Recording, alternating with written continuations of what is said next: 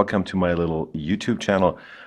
We went to China last week with Huawei and we had a chance to actually get a Moto M. So I guess this is kind of the first unboxing or kind of hands-on video that is not a Chinese dub here on YouTube. And yeah, this is it. This is the Chinese version. It's coming out in the United Emirates. In a few weeks. It will be the same device, just a different ROM. This still has a Chinese ROM on it. I hope to get the international ROM or the more stock version of Android on here. This has been pretty much modified and using Lenovo's Vibe UI, but let's get into the box. As you can see, you have this color gold in this case. The white silver version wasn't available yet when we went over there. And yeah, if you look around the box, it's pretty much the same as you always expect from Motorola. They have a bunch of specs back here: 5.5-inch bling bling gold edition, 8-core 2.2 gigahertz Helio P15 in here, and 4 gigs of RAM actually on this device. Down here you get Bluetooth, Dolby Atmos sound. It's running Android 6.0 and it supports LTE up to 300 megabits a second. But I'll tell you more about the specs in a sec. Let's just dive into the box for now. So you get the device in this typical Lenovo or Motorola packaging in this case. Got a bunch more information on here. 16 megapixel camera on the back and an 8 megapixel shooter on the front. Let's put the phone to the side for a second. Dive deeper. This is our receipt from China, and as you can see here, somewhere down here, it's actually 2,000 yuan in China right now, so this works out to just over 290 euros, and 290 US dollars is pretty much the same. And this gets you a pretty decently spec'd mid-range device. This is the charger. It's a 2-amp charger, so they call it quick charge, but basically it's just your average 10-watt charger as usual, using USB right there. This is the USB Type-C cable right here. So as you can see, it's got the reversible plug on it, and further down in the box there's a bunch of stuff. So these are just the quick start guides and the typical paperwork. Let me work my way through here. So we have the SIM card tray pick, and in China you also get a cover foil for the Moto M in this case. Yeah, that's pretty much it in the box. There is a special deal they have down there in China right now where you would also get a bunch of headphones from Motorola with the device, but in my case we didn't manage to actually score the promotional stuff. Let's get the device out of its cover foil, and as you can see on the back, it's a full metal unibody design basically, but I'll show you that in 1 second. I have already set this up, been playing around with it a tiny bit. Let me just quickly unlock this right here. So there you go.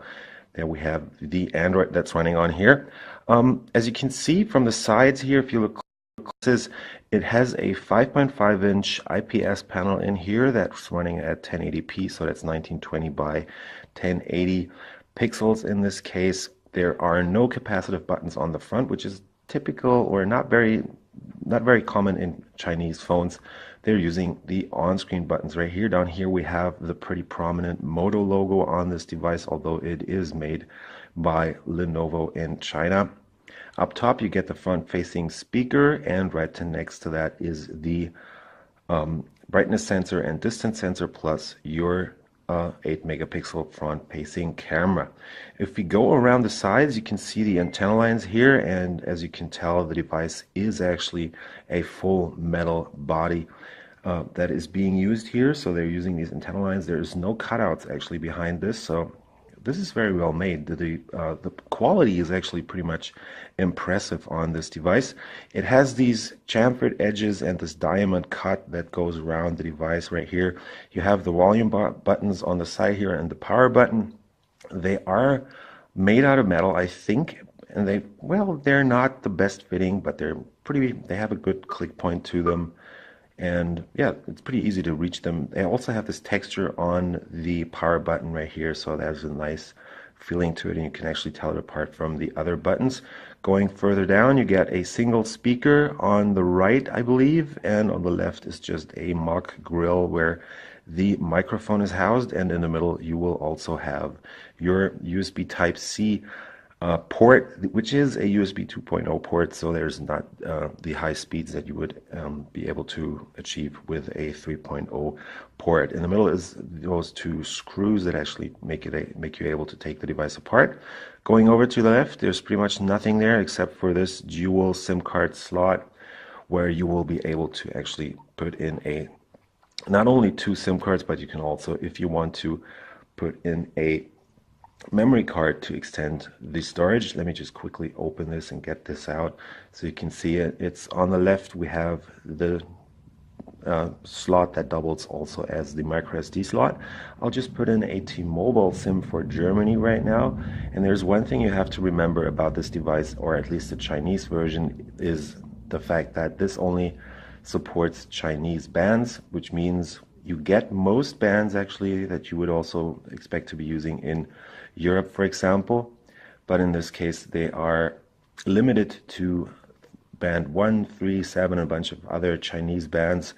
And yeah, band 20, which is the one that we use mostly in Germany, is not supported on this device, so you have to remember that if you want to buy this, and you might end up skipping from 3G to 4G from time to time, depending on your network operator or what bands the company uses. In my case, it's T-Mobile on this device right now, so let me just quickly unlock this.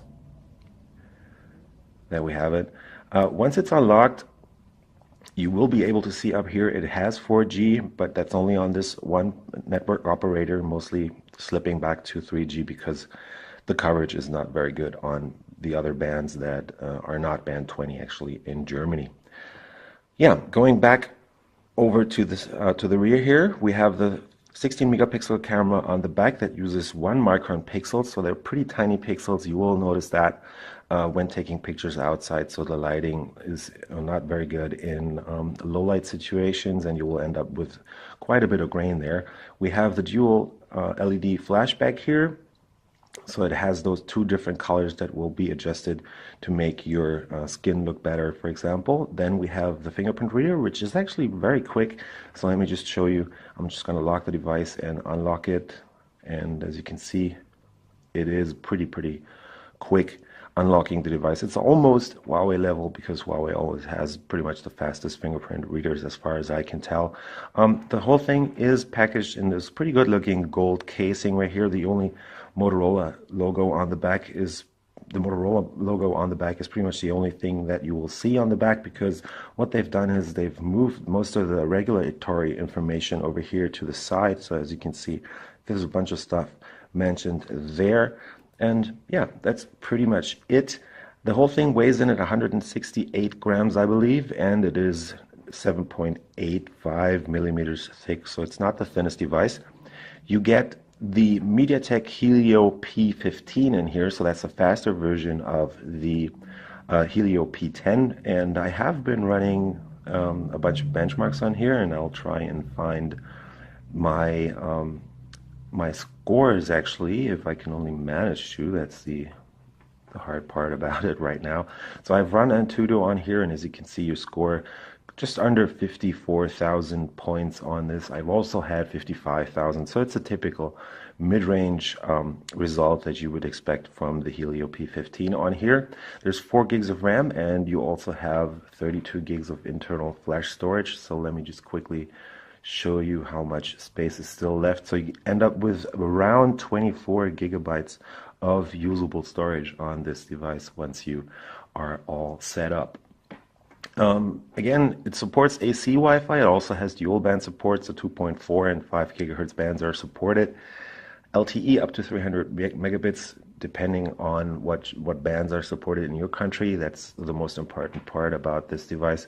And yeah, the Moto M is running Android 6.0 in this case. It has this modified UI on here, the Chinese UI, and the Chinese UI means there's a bunch of problems with translation. Actually, you also end up with a bunch of apps pre-installed. For example, Microsoft is putting their apps pretty much front and center on this device, so we have Excel, PowerPoint, Word, Outlook, and OneNote on here. Cortana is not present in this case, also no Skype or anything, which is probably the reason for that is probably regulations in China in this case.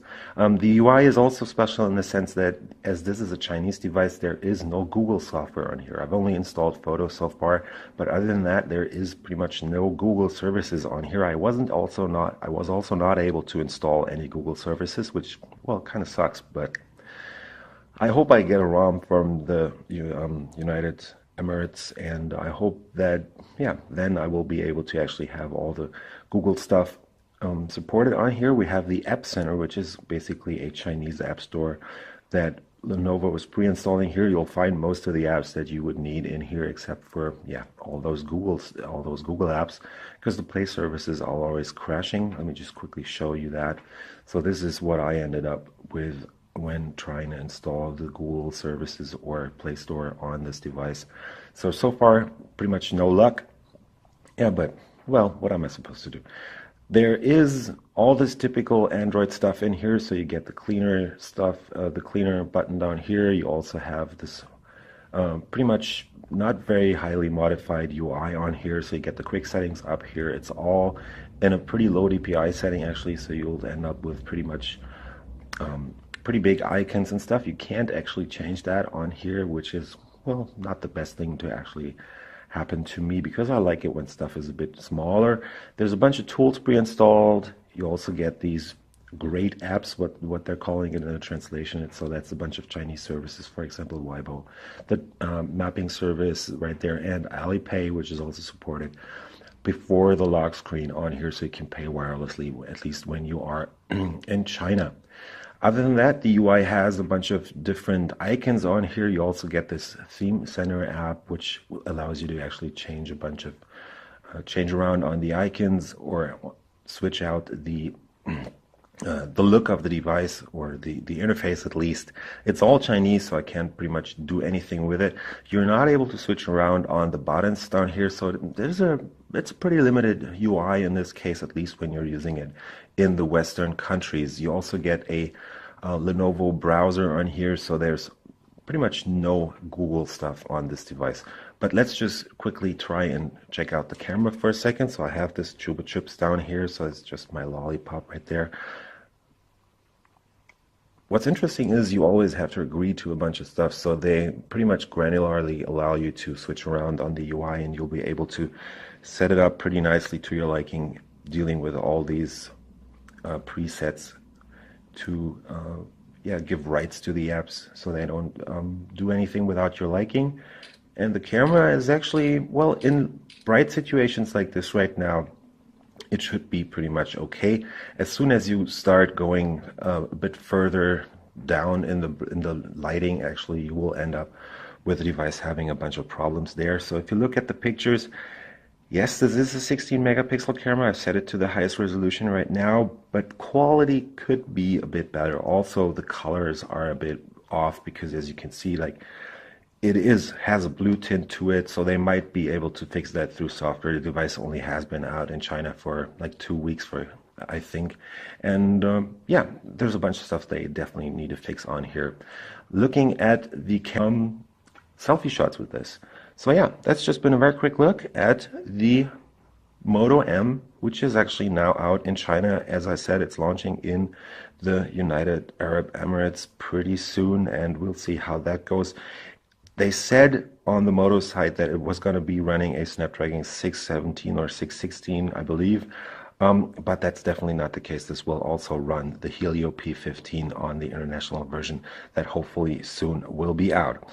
Before I forget about it, up top we have the 3.5mm headset jack and your noise cancellation mic. And yeah, other than that, it's pretty much a no-frills phone that is definitely of a very high build quality. I mean, it's super stable. You won't be able to bend this in any way. And there's also no flex on the back, so it feels very sturdy actually. One thing that I'm missing on here is a notification LED. So this device actually does not have a notification LED. At least I haven't found any settings, and all the messages or notifications that I've received have not triggered any notification LED so far. So yeah, that's the one thing that is definitely missing on this device, which is the Moto M. So if you like those kinds of videos that I'm doing, trying to find a bunch of special devices from China or other countries,